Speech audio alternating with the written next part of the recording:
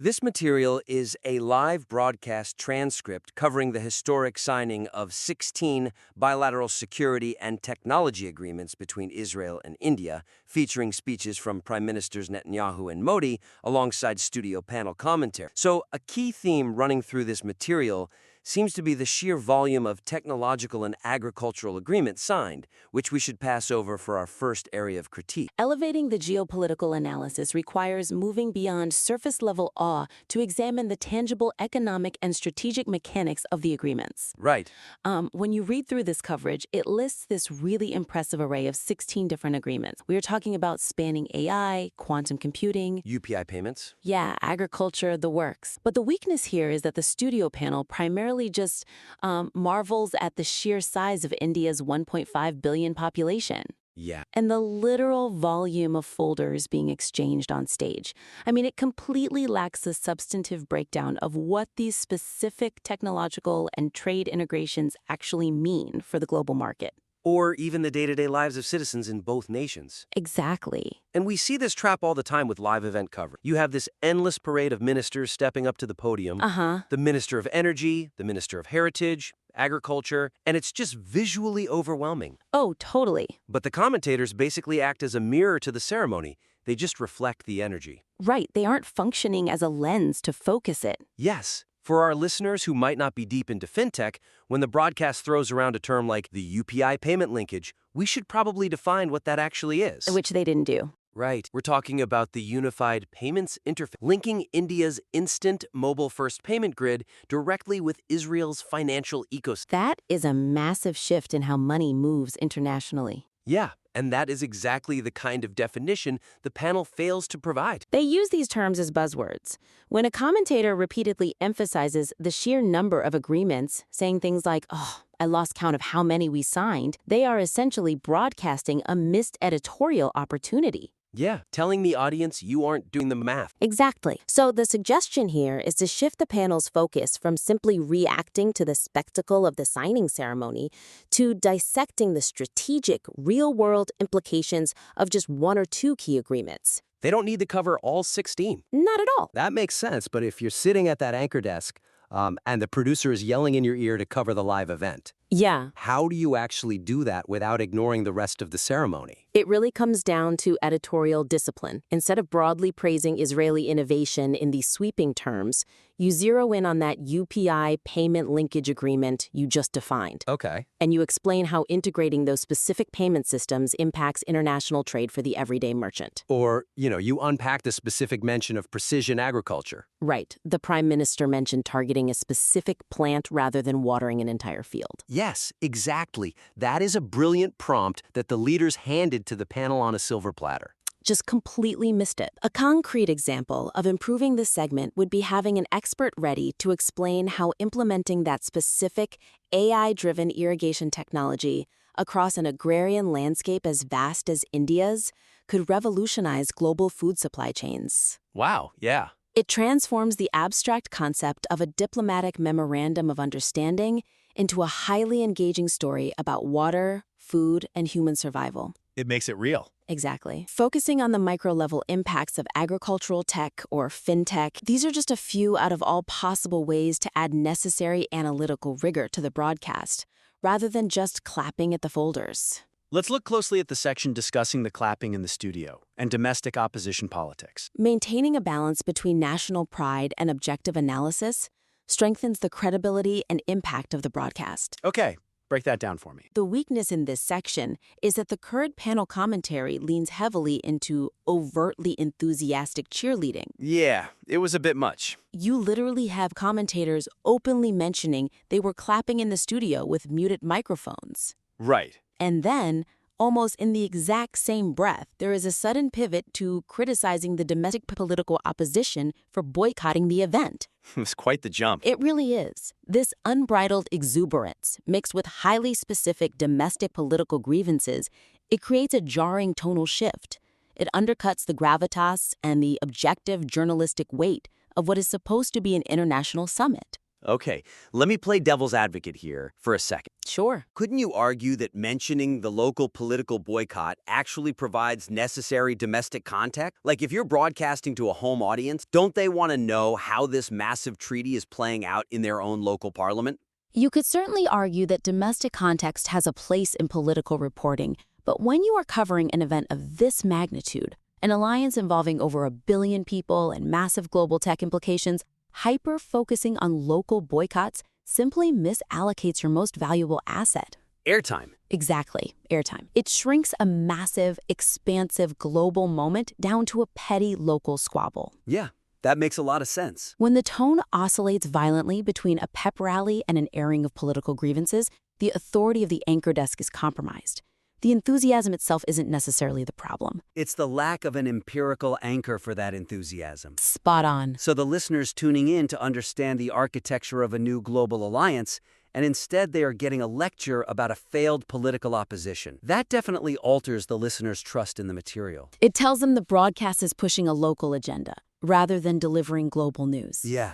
The suggestion here is to anchor the panel's enthusiasm in empirical data and geopolitical context, rather than personal emotion or domestic political score settling. You can absolutely convey the monumental nature of an event without sacrificing your objective distance. So how would you recommend they frame that enthusiasm instead?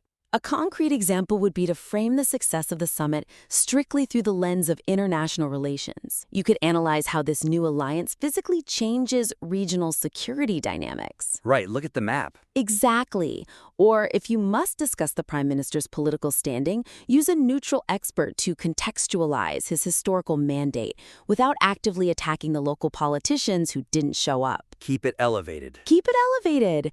You could express awe at the economic projections or the sheer logistical triumph of linking two drastically different tech ecosystems. These are just a few ways to keep the tone elevated and globally focused, aligning better with the historic nature of the event. As I understand it from the notes, the argument here is that the broadcast struggles mechanically with how it moves between the live speeches and the studio reactions. Creating seamless narrative bridges between the live diplomatic speeches and the studio commentary ensures the audience remains engaged with the core themes of the event. And they really struggled with this. They did. The weakness we're seeing is that the transition from the formal, forward-looking speeches of the prime ministers to the studio panel feels incredibly disjointed. Yeah. The speeches touch on profound subjects, like precision education and ancient civilizations, but the commentators simply speak over or immediately after the Hindi address, without providing a synthesized translation or thematic connection. Right. It leaves the audience completely stranded between the primary source audio and a disconnected secondary studio reaction. It's honestly like trying to watch a complex movie while your roommate is loudly describing a completely different plot to you over the dialogue. That is the perfect analogy. It is pure sensory overload. You have the live audio of a speech being delivered in Hindi, playing underneath the commentators who aren't even summarizing what is being said on the stage. Right. And to pull back the curtain on the media industry for a second, we know exactly why this happens. Live broadcasts are chaotic. Insanely chaotic. You have producers yelling in the anchor's earpieces, you have live translation delays, you have hard commercial breaks approaching. Sure. But that control room chaos is leaking directly into the viewer's living room. It creates a narrative whiplash. Yeah. The broadcast cuts back to the panel, and instead of catching the baton from the prime minister and running with it, the panelists just sort of restart their own isolated conversation from scratch. So what is the fix here? How do you prevent two separate broadcasts from happening simultaneously on the same audio? The suggestion is to implement structured analytical handoffs. Okay. You need to directly pull specific quotes, anecdotes, or themes from the live speeches to seed the panel's ongoing discussion. You use the primary tape as the launching pad for your secondary analysis. Can you give me an example of what that structured handoff sounds like in practice? Let's take the anecdote Modi told about the first date at an Indian restaurant. Perfect example. That was a wonderful, highly relatable moment designed to humanize the diplomacy. Yeah, it was great. A concrete way to handle this is when transitioning away from the podium, the host specifically highlights that restaurant anecdote to launch a discussion on the emphasis of personal chemistry in modern diplomacy. Oh, I see. That is so much smoother. Alternatively, if the speech focused on rural tech, The host provides a real-time summary of that integration before throwing to a panelist to discuss Israeli cyber capabilities. Using those moments as narrative anchors are just a few examples of how to effectively thread the needle between live event audio and studio breakdown. I can see what you're going for here. Let's see how we can strengthen this by looking at the broader global implications mentioned briefly at the end of the text. Expanding the geographical lens of the commentary to include the broader geopolitical chessboard adds a vital layer of sophistication to the coverage. It really is missing that wide lens. The weakness here is that the narrative is overwhelmingly bilateral. It focuses almost solely on the direct relationship between Nation A and Nation B. Right. While the material does briefly mention at the very end that countries like Russia might be watching with unease, this critical global angle is treated as a minor afterthought.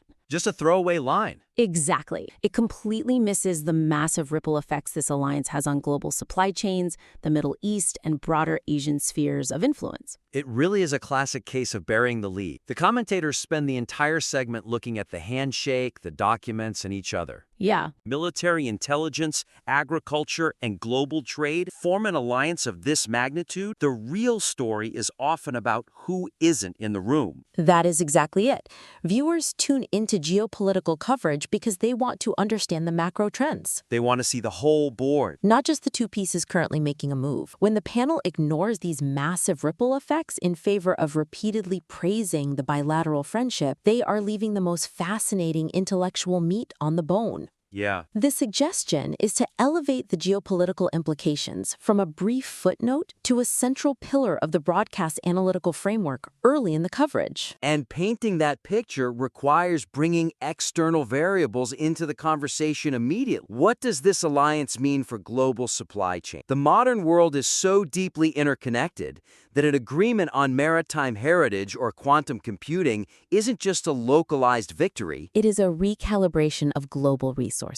Absolutely. So to look at concrete examples of how to do this, You could dedicate a specific segment to mapping out the strategic triangle between India, Israel, and other global superpowers. Or you could explore how India's technological independence alters global market dependencies. right, if they build their own tech. Exactly. If these two nations are pooling resources to develop proprietary AI, what does that mean for their previous reliance on other tech superpowers? It changes everything.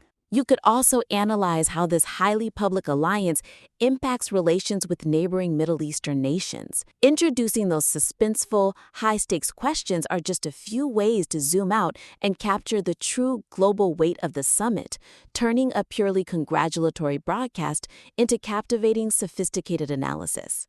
It fundamentally respects the intelligence of the audience, acknowledging that they are capable of grasping complex multinational dynamics.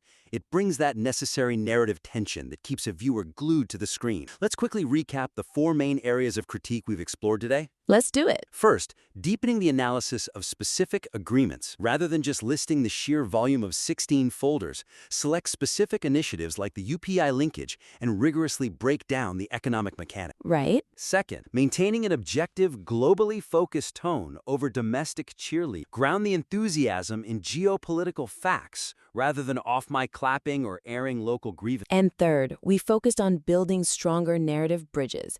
It is vital to use structured handoffs that pull specific quotes and themes from the live speeches directly into the studio panel. Instead of just talking over the Hindi audio. Exactly. And finally, expanding the geopolitical angle.